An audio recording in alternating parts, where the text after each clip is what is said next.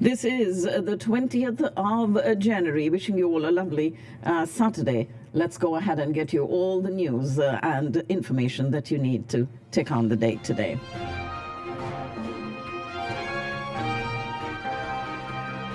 We'll start with the world news.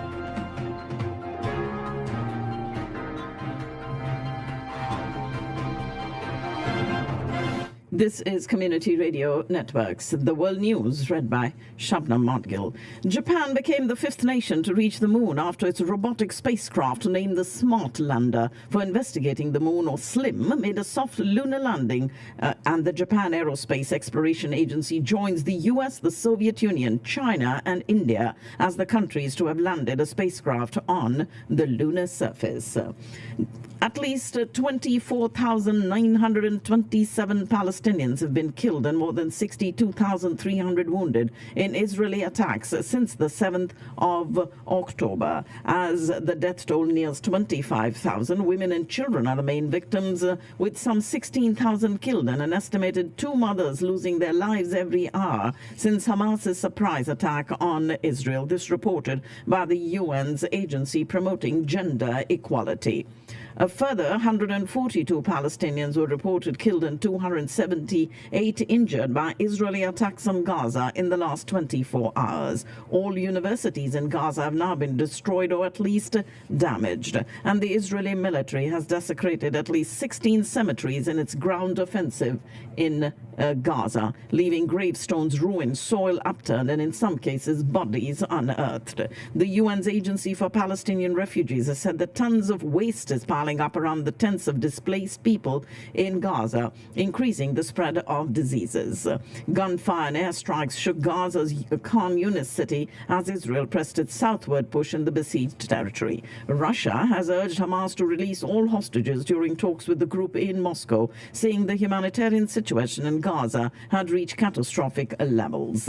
Lebanese group Hezbollah says it carried out 3 attacks on Israeli soldiers in the last several hours. Lebanon's armed group Hezbollah has warned Israel that it'll receive a real slap in the face if it ramps up fighting along the Lebanon-Israel border. African leaders criticizing Israel for its military campaign in Gaza and call for an end to the fighting that continues taking its toll on most civilians.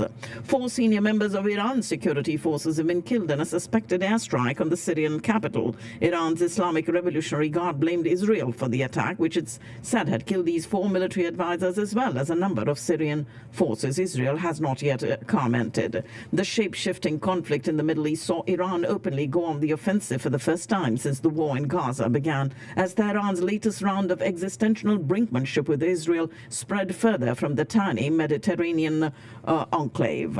Caretaker Prime Minister Anwarul Haque of Pakistan today said it was in the interest of both Iran and Pakistan to take steps to restore their relationship to the levels before Tehran violated the country's airspace. Earlier this week, Iran had launched attacks in Pakistan targeting what it described as bases for the militant group Jaish-e-Adl in the border town of Panjgur in Balochistan. The National Security Committee in Islamabad, the country's premier authority on security and foreign policy, ratified the move towards reducing tensions between Pakistan and Iran and underscored a commitment to address mutual security concerns. President Biden spoke with Israeli Prime Minister Benjamin Netanyahu for the first time in nearly a month amid growing frustration in the White House with the Israeli leader over the course of the war against Hamas. The call came following remarks by Netanyahu rejecting the creation of a Palestinian state that the U.S. has put as a priority goal in supporting Israel's war against Hamas. And then there was this Trump-shaped cloud over the World Economic Forum in Davos this week as European leaders fretted that their nightmare of a Trump 2.0 may be coming true. Business titans were beginning to process the possibility that in 1 year and a day, a president who shook up the world could be back in the Oval Office. Donald Trump has won only one 2024 Republican nominating contest so far, but the ex-president's political power is growing by the day, propelled by his dominance in national primary polling and the dawning sense that he might be the small but inevitable nominee following his resounding win in the Iowa caucuses. Attorney General Merrick Garland has said in an interview with CNN that he believes there should be a speedy trial in the election subversion case against Donald Trump, while also pushing back on allegations that his department is targeting the former president for political reasons. Senator Tim Scott of South Carolina endorsed Donald Trump last night at a rally in New Hampshire, throwing his support behind the former president instead of his fellow South Carolinian Nikki Haley. Former UN Ambassador Nikki Haley has called out rival former President Trump for peddling a false claim about the New Hampshire GOP primary happening next week. She bucked the GOP frontrunner's argument on Truth Social that Democrats would be able to vote in the state's primary. House Republican leaders are rallying around two anti-abortion bills ahead of the annual March for Life, though neither seek to limit abortion on a national scale and instead focus on unwanted pregnancies and pregnancy centers. The bills, which passed the House, match the theme of this year's event, but also underscore the desire of GOP leaders to avoid votes on controversial messaging legislation that would impose strict abortion limits.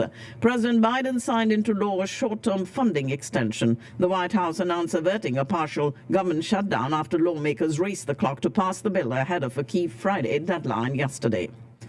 Alec Baldwin has been indicted on charges of involuntary manslaughter as prosecutors once again seek to hold the actor accountable for the on-set death of cinematographer Halyna Hutchins. The 65-year-old Alec Baldwin initially charged in the case in January of last year, but the charges were dropped 3 months later after Baldwin's defense team raised questions about whether his Colt .45 was functioning properly when it fired. NASA has reportedly lost contact with its Mars helicopter, Ingenuity. The potential setback comes just as Ingenuity was nearing its 3-year mark on the Red Planet, having successfully completed 71 flights during its extended mission. As per an update by NASA officials, Ingenuity executed its 76th flight at the Red Planet on the 18th of this month.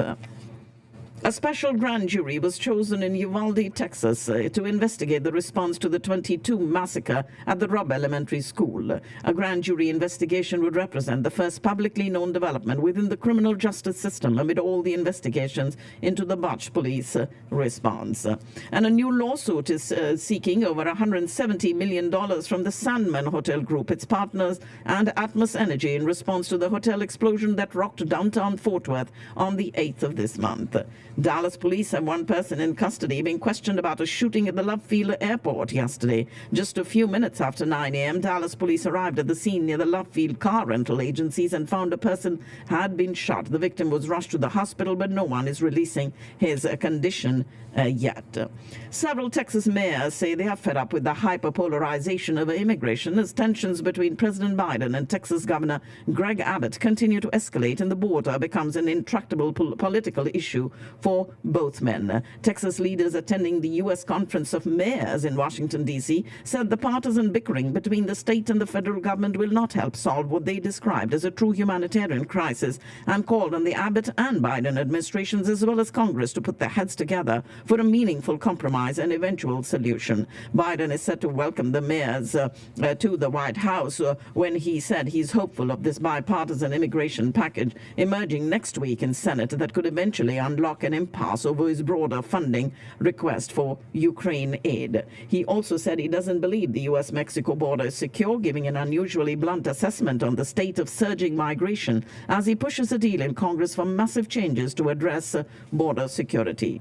A politically treacherous dynamic is taking hold as negotiators in Congress work to strike this bipartisan deal on the border and immigration, with vocal opposition from the hard right and former President Trump threatening to topple the carefully negotiated compromise. President Biden said he's open to massive changes in U.S. border policy, including asylum laws, in order to secure a deal that would unlock Ukraine aid. President Zelensky has extended an invitation to Donald Trump to visit Kyiv with a specific condition attached. He was speaking with UK broadcaster Channel 4 News when he said that Trump would be warmly received in the capital under one stipulation: the former US president must demonstrate his ability to bring an end to the war with Russia within 24 hours, as he once promised.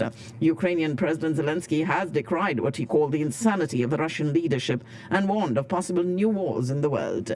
Russian forces launched 7 Shahed deployed attack drones against Ukraine overnight, 4 of which were shot down by Ukraine's air defense. Over the past 24 hours, Russia launched at least 1 missile and 23 airstrikes, while also firing 59 times from multiple launch rocket systems at the positions of Ukrainian troops in populated areas. A Ukrainian drone also struck an oil storage depot in western Russia, causing a massive blaze as Kyiv's forces apparently extended their attacks on Russian soil ahead of the war's 2-year anniversary.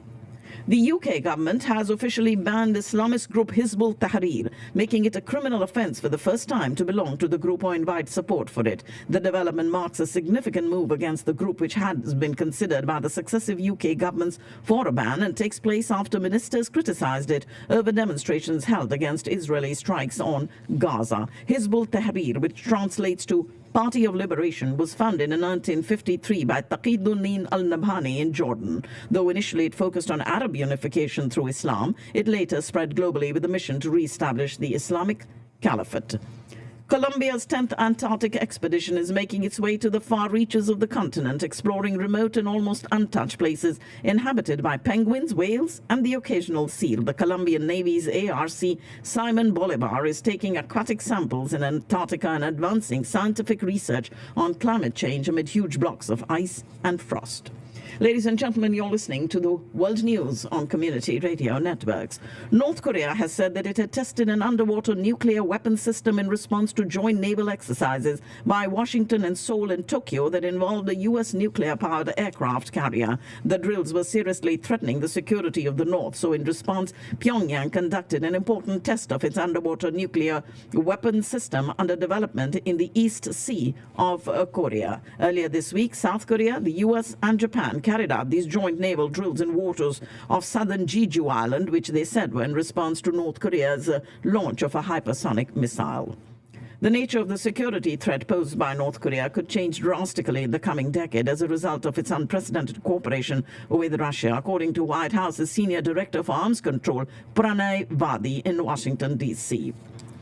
Top seed and world number 1, Iga Swiatek, tumbled out of the Australian Open this morning, losing 3-6, 6-3, 6-4 to Czech teenager Linda Noskova in the 3rd round as a bid for a maiden title at Melbourne Park, and the 5th Grand Slam trophy fell apart. Left-handed opener Adarsh Singh and skipper Uday Saharan hit patient 50s as India managed a decent 251 for 7 against a disciplined Bangladesh in their Under-19 World Cup opener. And we do have teenager Raisa Dhillon, who earned India's 18th quota place at the Paris Games, clinching a silver medal in the women's skeet event at the Asia Olympic qualification for shotgun in Kuwait City this morning. Addressing the 19th non-aligned movement, the NAM summit, that has entered its 7th decade. In that period, the world has transformed, and so too have our capabilities and confidence, said Foreign Minister Jaishankar. We must be bolder in seeking our due and pressing demands. The more we share, collaborate, and reinforce each other, the more we will change the world. In response to the influx of Myanmar's army soldiers into India due to ethnic clashes in their home country, Union Home Minister Amit Shah today announced that India will be erecting a fence along the border with Myanmar to restrict free movement. He was speaking at the passing out parade of Assam police commandos and emphasized the importance of securing India's border with Myanmar, comparing it to the border with Bangladesh.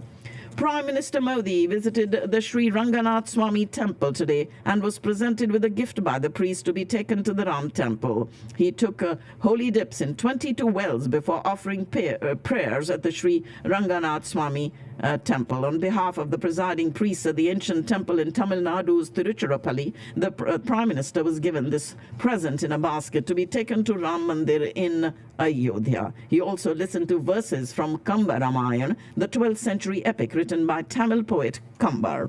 Some pre-installation old pictures of Ram Lala's idol showing its face went viral on social media platforms last night. Office bearers of Vishwa Hindu Parishad and Temple Trust denied they'd release any picture of the idol, but the photographs were all over TV channels and social media platforms. From Nihang Singhs to ISKCON and Temple Trust from across the country to locals in Ayodhya, various community kitchens are being run in Ayodhya to serve langar food to devotees as the Ram Temple consecration ceremony nears. Devotees flocking to the holy city can savor fresh-cooked hot meals at these community kitchens, which are operational at every nook and corner of the city.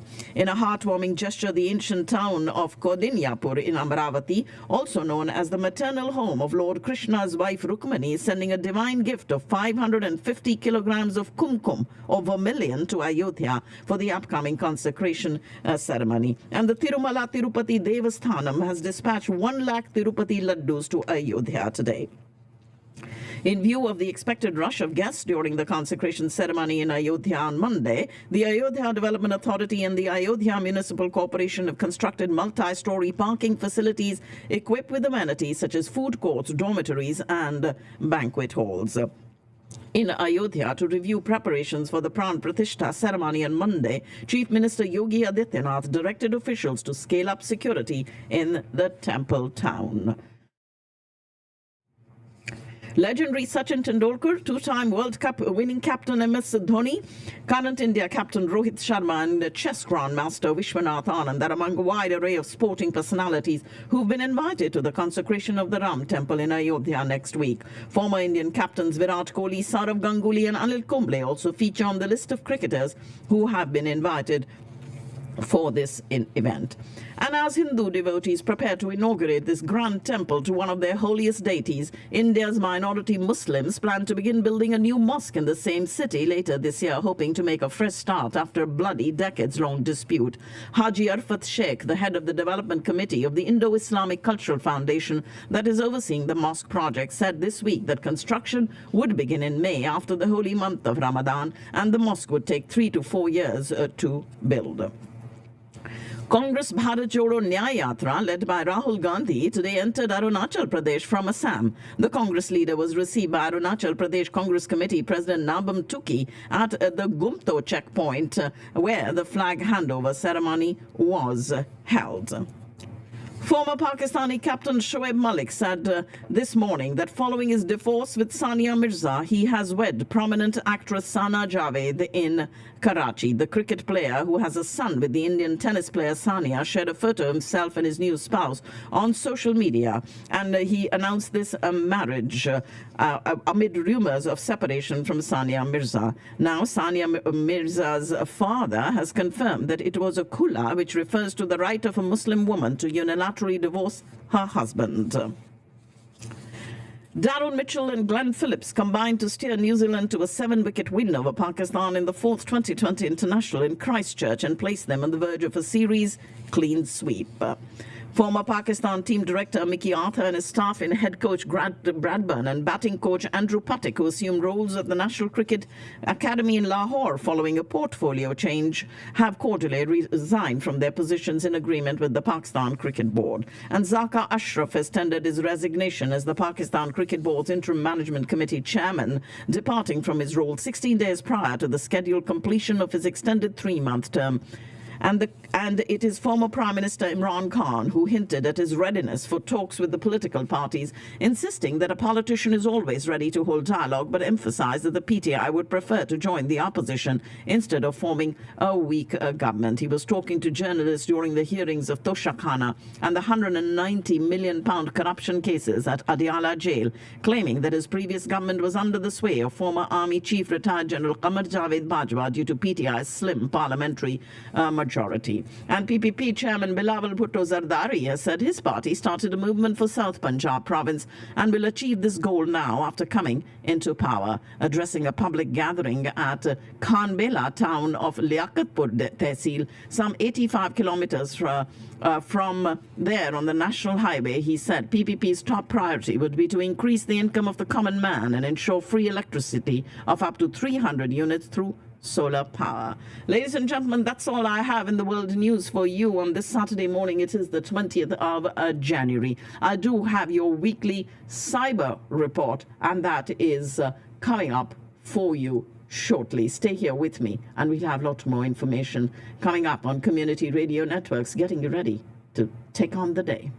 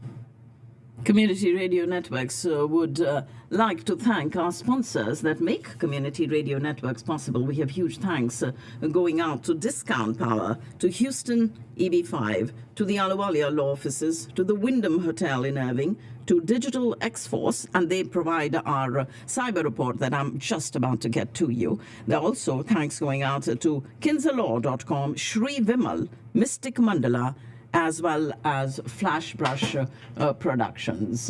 Your cyber report is something we get to you every week, and so here it is coming up for you, provided by Mr. Lalit Ahluwalia and his team, right here on Community Radio Networks every week. And we do hope that you find it very, very informative as well as interesting. So for this week at Digital X-Force, the cyber intelligence team has curated this list of the latest cybersecurity news to keep you informed of stories that matter every week. And this week's top 10 list is a compilation of stories from over 50 relevant news sources across the web, all ranked according to the risk impact.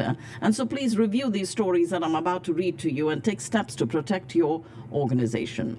A ransomware surge, 55% increase in 2023, and the U.S. is the most targeted, with 4,000 victims recorded in 2023. This recent CyberInt report reveals a staggering 55% surge in ransomware attacks in 2023, totaling 4,368 victims globally. Established groups like Lockbit 3.0 and ALF-V, along with newcomers including 8base, Play, and Akira, contributed to this alarming rise. The Move It campaign, underscoring the threat of supply chain attacks, emerged as the most impactful. The U.S. bore the brunt, representing 64% of cases, with the business services sector leading in reported incidents. As the fourth quarter alone documented last year, 1,154 ransomware incidents worldwide. That report warns of the industry's rapid growth despite law enforcement efforts. Looking ahead to 2024, the cybersecurity outlook remains grim,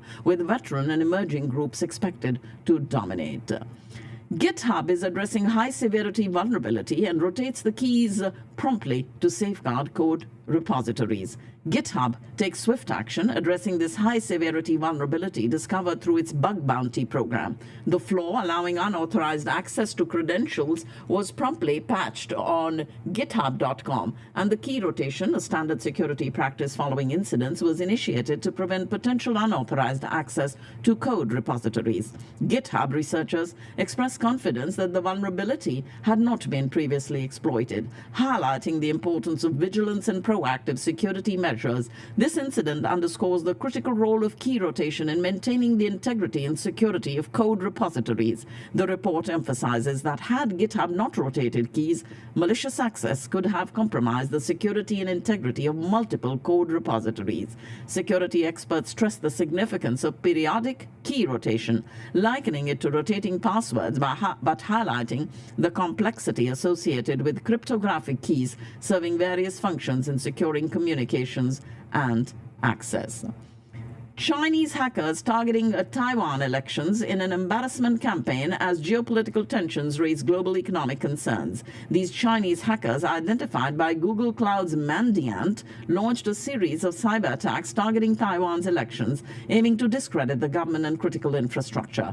The attack, surging from 3,370%, was strategically timed before the elections, designed as an embarrassment campaign to influence voters. From FBI Executive James Struggle, the former FBI executive James Struggle, highlights the goal of dissuading support for the Democratic Progressive Party candidate Lai Chang-te. Chinese authorities dismissed the allegations, terming them disinformation, while tensions rise amid Taiwan's historic economic importance and the DPP's pro-independence stance. The impact of these cyber threats extends beyond Taiwan, with the nation being a key player in global technology manufacturing. As the DPP emerges victorious, concerns grow about potential conflicts and their significant economic fallout. The financial sector is facing a 137% surge in vendor email compromise attacks, a startling 137% increase in vendor email compromise attacks that have shaken the global financial services industry. This was a warning by Abnormal Security. The data reveals a surge in socially engineered email threats, averaging 200 advanced attacks per 1,000 mailboxes weekly. Notably, peak attack periods in late January, late September, and mid-December last year raised concerns. VEC, the vendor email compromise, involved threat actors impersonating business providers, posing a serious risk of manipulating financial transfers, with reported instances targeting millions of dollars, including a staggering $36 million case. Abnormal Security details the complexity of these VEC attacks, citing a $1.4 million incident against an Australian financial holding company. Leveraging legitimate communication platforms and invoices, threat actors successfully altered banking details in what seemed like an innocuous email. In tandem, the financial sector witnessed a 71% increase in business email compromise at these attacks last year, where cyber criminals impersonate executives for fraud. Despite lacking malicious links, BEC, the business email compromise attacks, easily bypass traditional security tools with a nearly 28% median open rate for text-based BEC attacks.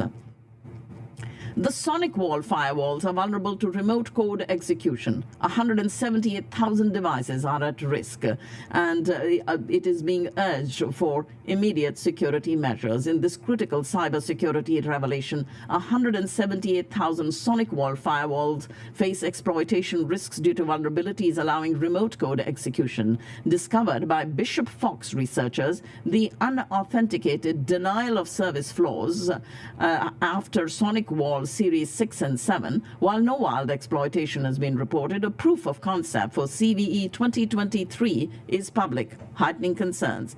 Detailed analysis utilizing tools like GIDRA and BinDiff revealed an integer overflow in CVE 2022 and enabling buffer overflow protection bypass. The patch firmware addresses the issue, emphasizing the significance of immediate action by users. The potential impact of a widespread attack is underscored as Sonic OS defaults to restart there after 3 crashes, leading to maintenance mode. Researchers advise Sonic Wall users to conduct thorough vulnerability checks, remove the web management interface from public access, and promptly upgrade to the latest firmware. While the current likelihood of remote code execution is deemed low, securing devices becomes imperative to mitigate potential denial of service risks. There's a critical GPU vulnerability that has been exposing data leak risks in Apple, Qualcomm, and AMD chips. This newly discovered vulnerability, named Leftover Locals, has raised alarm bells for major GPU brands, including Apple, Qualcomm, and AMD, as researchers from Trail of Bits unveil potential data leakage risks. Unlike CPUs, with robust security measures, GPUs, pivotal in AI development, lack comparable data privacy features. Leftovers Local could allow attackers with established operating system access to illicitly access GPU memory, extracting significant amounts of data ranging from 5 to 180 megabytes. And this poses a critical security concern as GPUs witness increasing demand for large language models and data-intensive AI applications. Trails of Bits proof of concept aptly demonstrate the Leftover Locals attack reveals the swift extraction of LLM-generated responses with minimal code, emphasizing the urgency for enhanced GPU security. Cyberprint is identifying 3 new players: 3AM, Rhysida, and Akira, shaping the 2024 cybersecurity threat landscape. Cyberprint recently unveiled these insights into the rise of these 3 new ransomware entities: 3AM, Rhysida, and the Akira Group. 3AM, coded in Rust, has made a limited yet impactful debut, notably employing an outdated PHP script for potential obscurity. Rhysida, posing as a cybersecurity team, gained infamy for public disclosures and targeting diverse sectors, showcasing a wide array of tactics, including masquerading and phishing. The Akira Group, associated with the notorious Conte ransomware, operates as a ransomware as a service, demonstrating a strong connection and emphasizing the importance of multi-factor authentication. Cyberin's report illuminates the shifting dynamics in the ransomware landscape, with emerging threats displaying unique coding choices, diverse attack methodologies, and connections to established cybercriminal entities. Big Pansy Cyber Syndicate has unleashed Pandora Spear DDoS botnet targeting millions of smart TVs. In this cyber onslaught orchestrated by the notorious Big Pansy Syndicate, the Pandora Spear DDoS botnet has emerged as a significant threat, infecting millions of smart TVs and set-top boxes, predominantly those running on Android. Exploiting users visiting questionable streaming sites, the malware discreetly infiltrates devices, allowing these cyber criminals to use them as conduits for various cybercrimes. Disturbingly, a recent incident in the United Arab Emirates showcased the potential for content hijacking, replacing regular broadcasts with imagery from the Israel-Palestine conflict. Pandora Spear inherits the DDoS capabilities from the infamous Mirai malware, incorporating 11 additional Mirai-related attack vectors, marking a concerning evolution in cybercrime tactics. Big Pansy, operational since at least 2015, with a focus on Brazil, demonstrated resilience by shifting its DDoS operations to another botnet, indicating a strategic move towards more lucrative cyber activities. Cybersecurity professionals are being advised to confront legal risks and embrace transparency amid escalating threats. At the ShmooCon Hacker Conference, legal experts emphasized the increasing legal challenges faced by cybersecurity professionals. The panel, featuring startup lawyer Elizabeth Wharton, former SEC prosecutor Danet Edwards, and tech investor Cindy Gula, discussed the implications of the SEC's new cyber reporting rules requiring swift disclosure of material security incidents. The conversion delved into the potential flood of initial reports and subsequent disclosures, reflecting the evolving nature of cyber threats, and the panel acknowledged the intersection of transparency, remote work, and heightened documentation, presenting both opportunities for investigators and complexities for cybersecurity practitioners. Addressing the SolarWinds CISO case, where Timothy Brown faced SEC charges, the experts encouraged cybersecurity professionals not to shy away from their roles due to growing legal oversight. Instead, they advocated for proactive documentation and transparency as vital strategies for navigating legal complexities and maintaining trust within organizations. The advice extended to executives seeking change, urging them to obtain written approvals for plans or budget requests, providing a shield amid increased legal scrutiny. And in one of the last stories that we have in this week's cyber report, CISA and FBI have issued warnings on Androx Ghost malware's advanced threat targeting vulnerable networks. In this joint advisory, the U.S. Cybersecurity and Infrastructure Security Agency, CISA, and the FBI have issued a stark warning about the Androx Ghost malware, exposing its potential capabilities in constructing a sophisticated botnet to identify and exploit susceptible networks. Crafted in Python, the malware specializes in targeting .env files, housing critical credentials for services like AWS and Microsoft Office 365.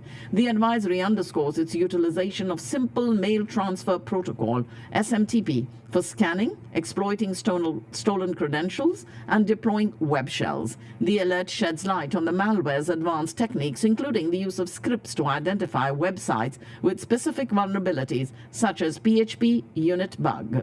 Notably, the malware focuses on websites using the Laravel framework, extracting sensitive information from root-level .env files and employing the Laravel application key for encryption. The threat actors behind Androx Ghost exhibit a multifaceted approach, emphasizing the urgent need for cyber security measures. Ladies and gentlemen, this is your weekly cyber report that you just heard. We get it to you every Saturday. And our digital X-Force that provides this report, the cyber intelligence team, curates a list of the latest cybersecurity news to keep you informed of stories that matter every week.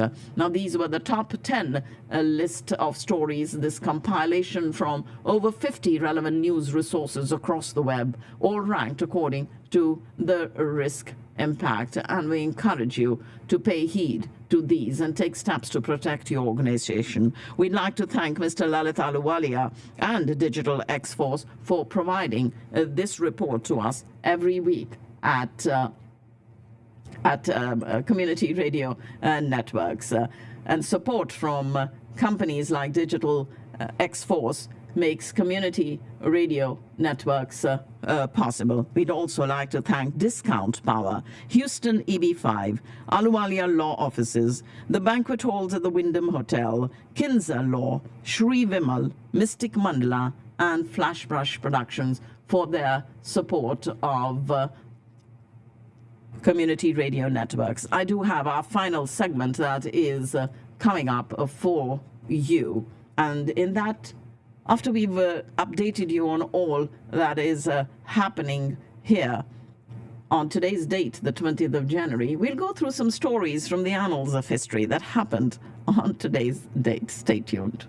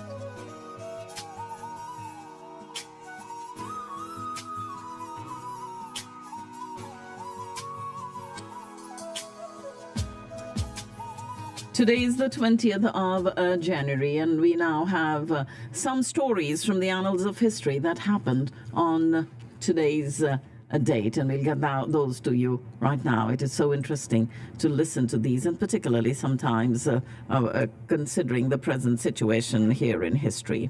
It was during the First Opium War that China ceded the island of Hong Kong to the British with the signing of the Twenty Convention, an agreement seeking an end to the First Anglo-Chinese conflict. In 1839, Britain invaded China to crush opposition to its interference in the country's economic and political affairs, and one of Britain's first acts of the war was to occupy Hong Kong, a sparsely inhabited island off the coast of southeast China.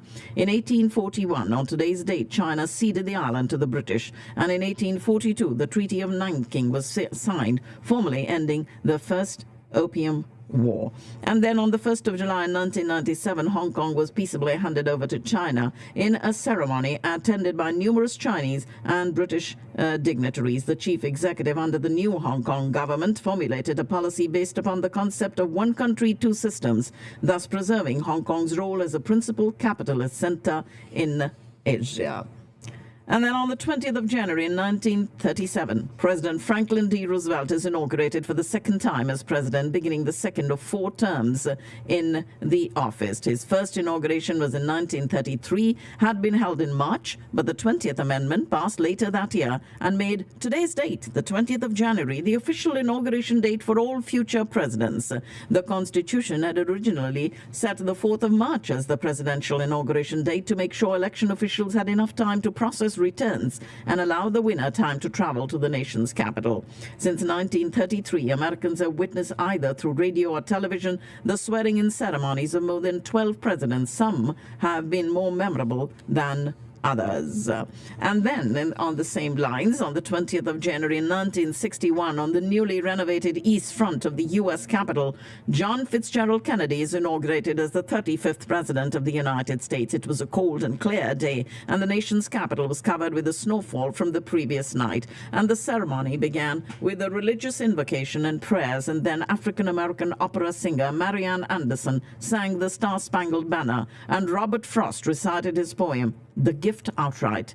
Kennedy was administered the oath of office by Chief Justice Earl Warren. And during his very famous inauguration address, Kennedy, the youngest candidate ever elected to the presidency and the country's first Catholic president, declared that the torch has been passed to a new generation of Americans and appealed to Americans to ask not what your country can do for you, ask what you can do for your country.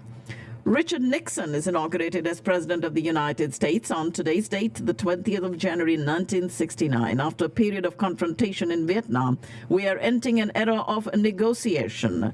8 years after losing to John F. Kennedy in the 1960 election, Nixon had defeated Hubert Humphrey for the presidency. Shortly after taking office, he put his new team in place. William Rogers replaced Dean Rusk as Secretary of State, Melvin Laird replaced Clark Clifford as Secretary of Defense, and Henry Kissinger replaced Walt Rostow as National Security Advisor.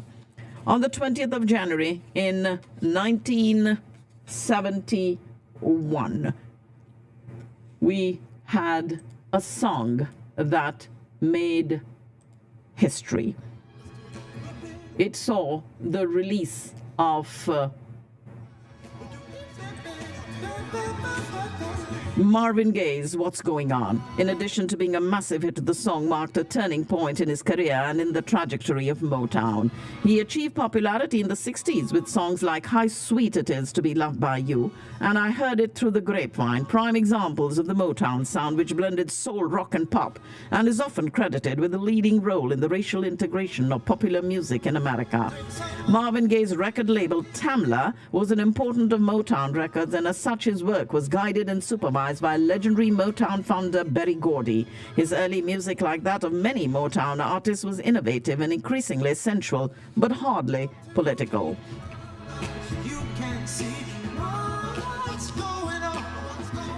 The album What's Going On, released, was a concept album that further explored his opposition to the war, as well as other sensitive topics like poverty and drug use. The song Mercy, Mercy Me, The Ecology, is one of the earliest examples of environmentalist messaging in mainstream pop music. Critics continue to rate the album and its title track among the most influential recordings in modern history. That was Marvin Gaye's What's Going On, that was released on today's date in the year 1971. What's going on, baby? Yes, I want to know, yeah, what's going on right now, people.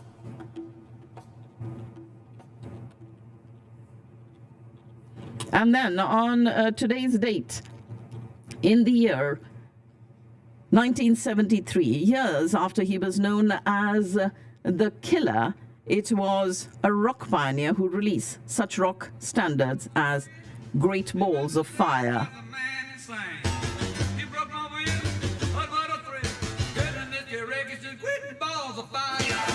And Breathless, Jerry Lee Lewis made a name for himself in a very difficult musical genre. It is country. And on the 20th of January, today's date in the year 1973, he capped off his road to country stardom with an appearance at the famed Grand Ole Opry.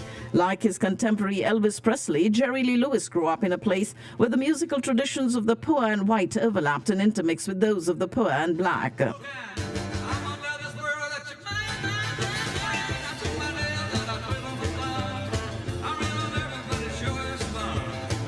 And his comeback reached this high point with his invitation to the Grand Ole Opry,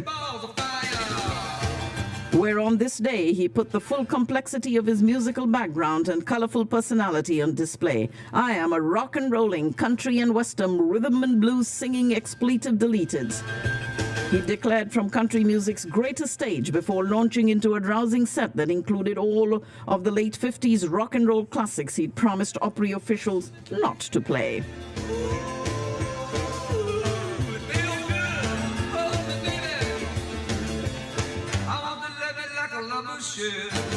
You're fine, so kind. I got to tell this world that you're mine. I treat my nails and I flip on my fly. I'm real nervous because the show is fun. Come on, baby, down the crazy. Goodness gracious, great balls of fire.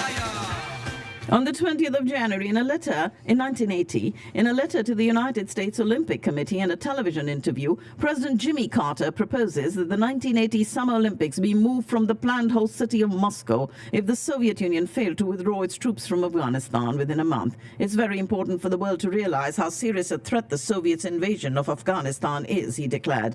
He argued that continued aggressive action by the Soviets would endanger athletes and spectators who traveled to Moscow for the Games, and declared that if the International Olympic Committee declined to move the competition, American athletes should boycott the Games. Lord Killinan, president of the Olympic Committee, reacted quickly to his statement, saying it was impossible to move the Games from Moscow. After his denial, the USOC later voted to boycott the Moscow Games, a decision that Carter announced in March. The boycott devastated the hopes of many U.S. athletes, especially after Carter backed it up with the law promising to revoke the passports of American athletes who traveled to the Games in violation of the boycott. And for his part, Killinan called the U.S. boycott a violation of the Olympic Charter, pointing out that Moscow had been awarded the Games in the mid-70s as part of a binding contract. And it was 1980 now, one that could only be broken if the Soviets breached their own responsibilities first. The U.S. was one of some 60 countries that eventually boycotted the Moscow Olympics, though some countries that didn't officially send teams took no action against individual athletes who chose to go. Among U.S. allies, Great Britain, Sweden, France and Italy sent teams. The Soviet Union dominated the other 80 participating nations, winning 195 medals, 80 of them gold, in 1980, in one of the most lopsided Olympics ever. 4 years later, the Soviets returned the slight with a boycott of the 1984 Summer Games in Los Angeles, saying they were worried about the safety of their athletes given the strongly anti-communist environment that existed in the U.S. In an interesting contrast, communist-led China decided to attend the Games for the first time in 32 years, bringing the total number of participating countries to a record 140. On the 20th of January in 1980, that was the same day, bleachers at a bull ring in Colombia collapse, resulting in the death of 222 people. The collapse, the deadliest tragedy at a sporting event in Colombia's history, was the result of overcrowding and poor construction. In addition to the 222 spectators killed, hundreds more were injured. Despite the fact that bull rings were more closely regulated and inspected in the aftermath, there was a temporary bleachers in Honda, 60 miles southeast of Bogota, that collapsed in February of 1989, and in that incident 7 people died and 300 more were injured.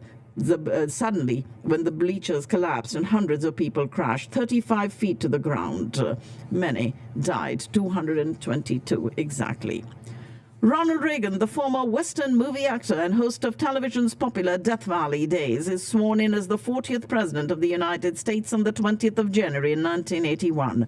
More than any president since the Texas-born Lyndon Johnson, Ronald Reagan's public image was closely tied to the American West, although he was raised in the solidly Midwestern state of Illinois. In the 30s, he moved to California, where he became a moderately successful Hollywood actor. Thereafter, he always considered himself a true Westerner in spirit. His image as a Westerner was reinforced by his acting career, although he acted in other genres as well. Many of Reagan's movies were B-grade westerns like Law and Order, in which he played a sheriff who was the only law from Dodge City to Tombstone. When his movie career waned, he made the transition to television as a host of the hugely popular showcase for Western stories, Death Valley Days. His film and TV career not only won him public name recognition, but also helped establish his enduring good guy reputation.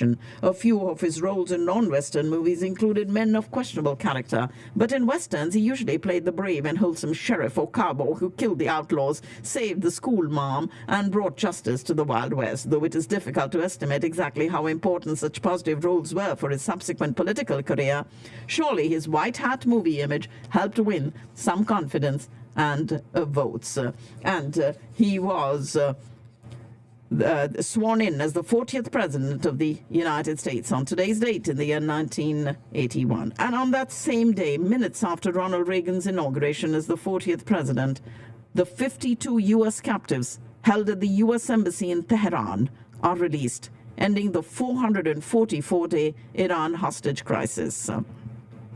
The crisis had begun when militant Iranian students, outraged that the U.S. government had allowed the ousted Shah of Iran to travel to New York City for medical treatment, seized the U.S. embassy in Tehran. And the Ayatollah Khomeini, Iran's political and religious leader, took over the hostage situation, refusing all appeals to release the hostages, even after the UN Security Council demanded an end to the crisis in a unanimous vote. However, 2 weeks after the storming of the embassy, the Ayatollah began to release all non-U.S. captives and all female and minority Americans, citing these groups as among the people oppressed by the government of the United States. The remaining 52 captives remained at the mercy of the Ayatollah for the next 14 months.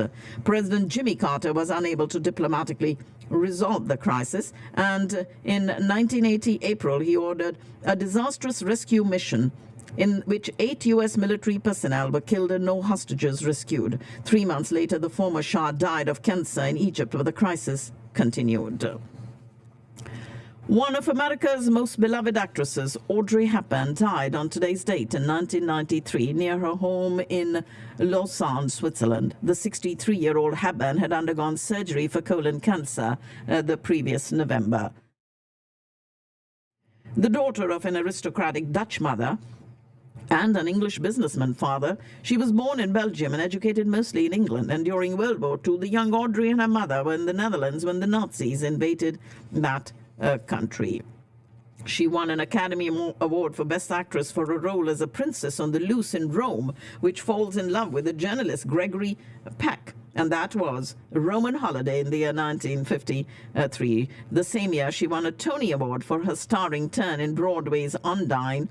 And slim, elegant, and unfailingly stylish, she turned the image of the bosomy blonde Hollywood starlet on its head, presenting a new ideal of beauty for millions of moviegoers. In Sabrina, Funny Face, and Love in the Afternoon. Also, Breakfast at Tiffany's, as well as many other movies. She got her 5th Academy Award nomination for her performance as a blind woman whose house is burglarized in Wait Until Dark in 1967.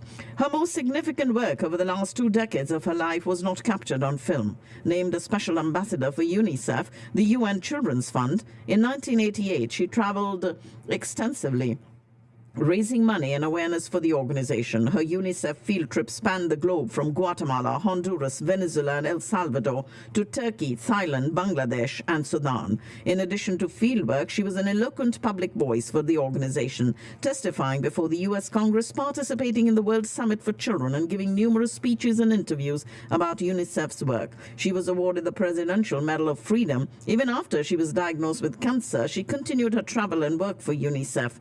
Mourned by countless fans, she was posthumously given the Jean Hersholt Humanitarian Award at the 1993 Academy Awards, which her son accepted on her behalf.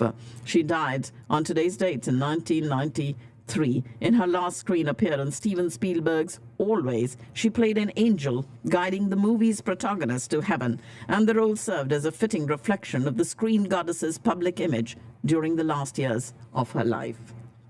Yasser Arafat is elected president of the Palestinian National Council, with 88.1% of the popular vote, becoming the first democratically elected leader of the Palestinian people in history on today's date in 1996. The founder of the PLO originally employed guerrilla warfare and terrorism against Israel in a struggle for an independent Palestinian state. However, in the late 1980s, he stunned Israel and the world when he began seeking diplomatic solutions in his quest for a Palestinian homeland. He persuaded the PLO to formally acknowledge the right of Israel to coexist with the independent state of Palestine, and in 1993 signed the historic Israel-Palestinian Declaration of Principles with Israeli Prime Minister Yitzhak Rabin. A year later, both signed a major peace agreement granting Palestine limited self-government in territories occupied by Israel. In 1995, Arafat shared the Nobel Peace Prize with Rabin and Israeli Foreign Minister Shimon Peres for his peace efforts. In the Palestinian People's first democratic elections in 1996, he won an overwhelming electoral majority, consolidating his rule over the West Bank and Gaza Strip areas, granting autonomy in the 1995 agreement. And that happened on today's date in the year 1996. It was his funeral that was held in Cairo, the city of his birth, and he was buried in his former compound in the West Bank and left behind a mixed and painful legacy. Mahmoud Abbas became the new chairman of the PLO and was elected president of the Palestinian Authority in January of 2005. And on a freezing day in Washington, D.C., Barack Hussein Obama is sworn in as the 44th U.S. president on today's date in the year 2009. The son of a black father from Kenya and a white mother from Kansas, he had become the first African-American to win elections to the nation's highest office.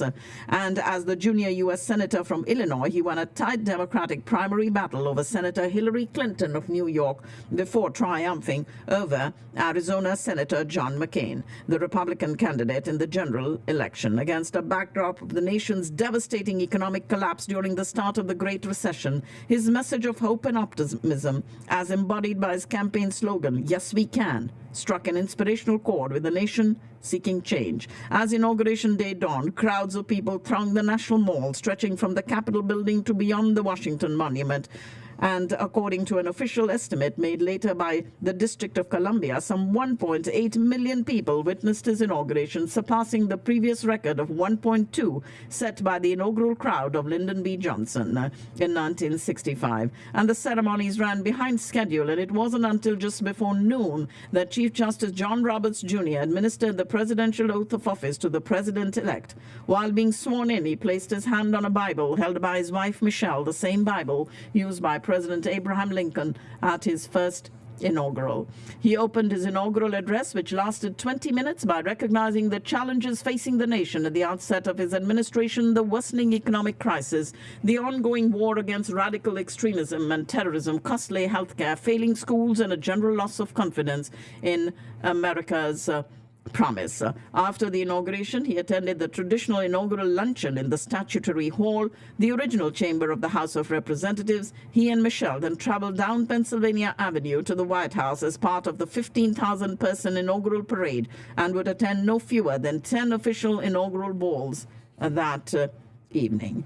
And in the culmination of his extraordinary rise to power over a tumultuous election year, Donald John Trump is inaugurated as the 45th President of the United States on today's date, the 20th of January in 2017. From the time he kicked off his presidential campaign in 2015 at his namesake Trump Tower in New York City, he seemed an unlikely candidate for the nation's highest office. But with his promises to crack down on illegal immigration, bring back jobs for working-class Americans, and overturn the political establishment, the real estate developer and reality TV personality triumphed amid a crowded Republican primary field, then pulled off an upset victory over his Democratic opponent Hillary Clinton in the general election in November 2016. And on a rainy inauguration day, a crowd of supporters, many of them wearing Trump's red "Make America Great Again" caps, gathered to watch the inaugural ceremonies held on the west front of the Capitol building.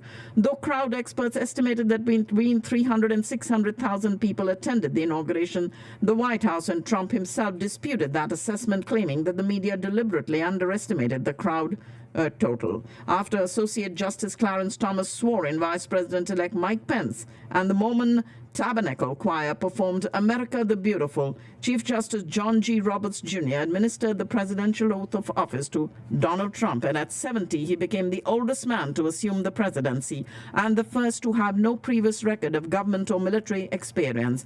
In his inaugural address, which at some 16 minutes was the shortest since Jimmy Carter's in 1977, he stuck close to the dark, ominous message he relied on during the campaign, referring to grim images of inner-city poverty and rusted-out factories scattered like tombstones across the national landscape.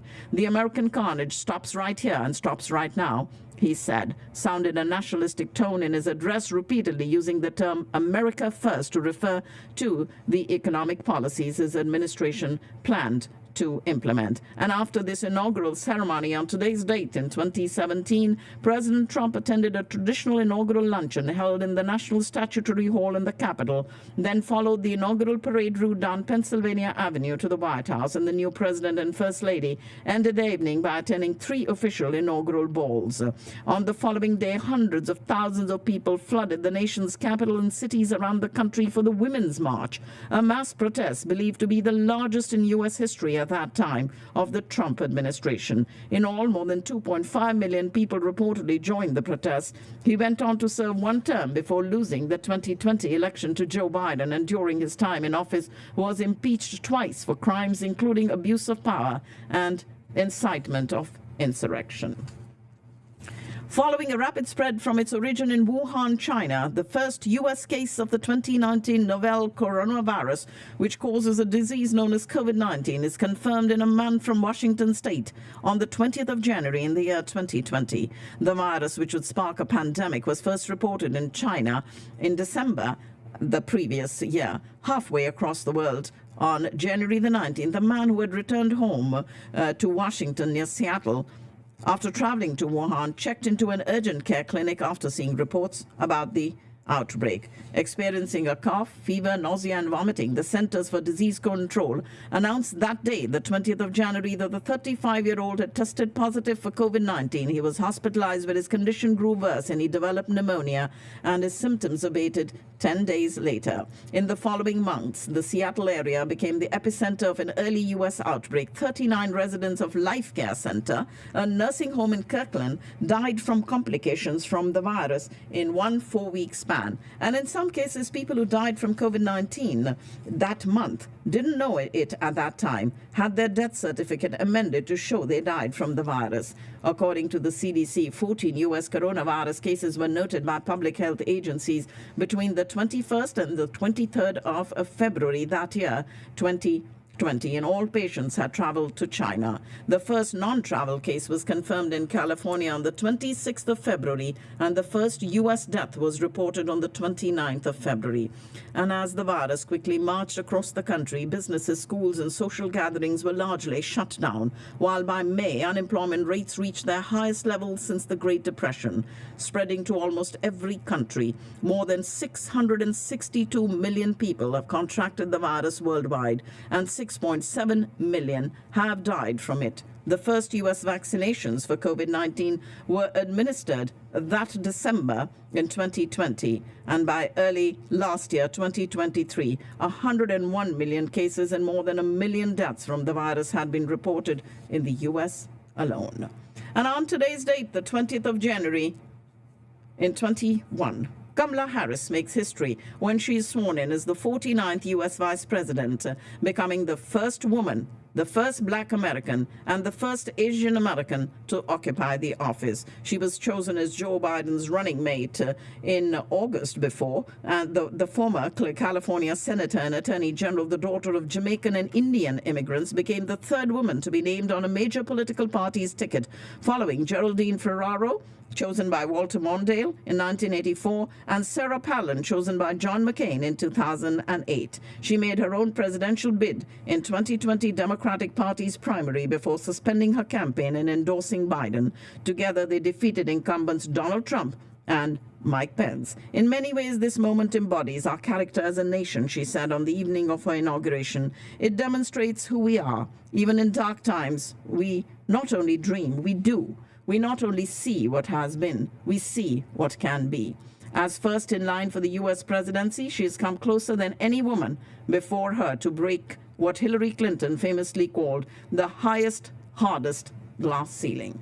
Those, ladies and gentlemen, were some stories from the annals of history that happened on today's date, which is the 20th of January. And that's all the information that I have for you, ready to take on this Saturday. Would like to thank Discount Power TX.com and Mr. Malik Jamal for their support of community radio networks. Also would like to thank Mr. Pardeep Kumar with HoustonEB5.com for his support. The Ahluwalia Law Offices and attorney Pallavi Ahluwalia is always available at mydesilawyer.com. The banquet halls of the Wyndham Hotel on 183 in Irving, where you can host your next event. Also, Digital X-Force, headed by Lalit Ahluwalia, and they send us our cyber report that you just heard earlier in the show this morning.